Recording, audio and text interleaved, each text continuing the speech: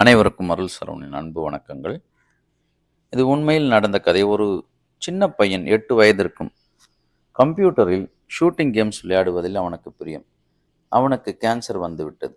விரைவில் அவன் இறந்து விடுவான் என்று டாக்டர்கள் அவன் அம்மாவிடம் சொன்னது அவனுக்கு தெரியாது. அம்மாக்கள் குழந்தைகளை பயமுறுத்தி பூச்சாண்டிகளை கையில் அல்லது வாயில் எடுத்துக்கொள்வது போன்ற மாதிரி டாக்டர்களுக்கு கேன்சர் பூதம் கிடைத்துள்ளது. டாக்டரிடம் காட்டிவிட்டு சோகமாக வந்த அம்மாவை பார்த்து, எனக்கு என்னம்மா என்று பையன் கேட்டிருக்கின்றான். ஒன்றுமில்ல கண்ணா, உன் உடம்புல நிறைய பூச்சிகள் இருக்கா, அதையெல்லாம் சாகடிக்கணுமா என்று சிரித்துக்கொண்டே அந்த தாய் தன் மகனிடம் கூறினாள்.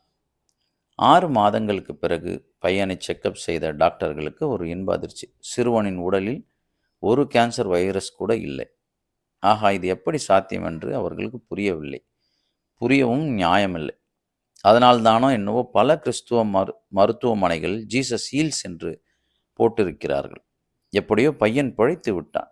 Medical miracle. மகிழ்ச்சியுடன் வீடு திரும்பிய அம்மா, நீ ஏதாவது செய்தாயா என்று வியப்பு தாழாமல் மகனிடம் கேட்டாள். ஆமாம், நீ தான் சொன்னல்ல, என் உடம்புக்குள்ளே நிறைய பூச்சி இருக்குன்னு.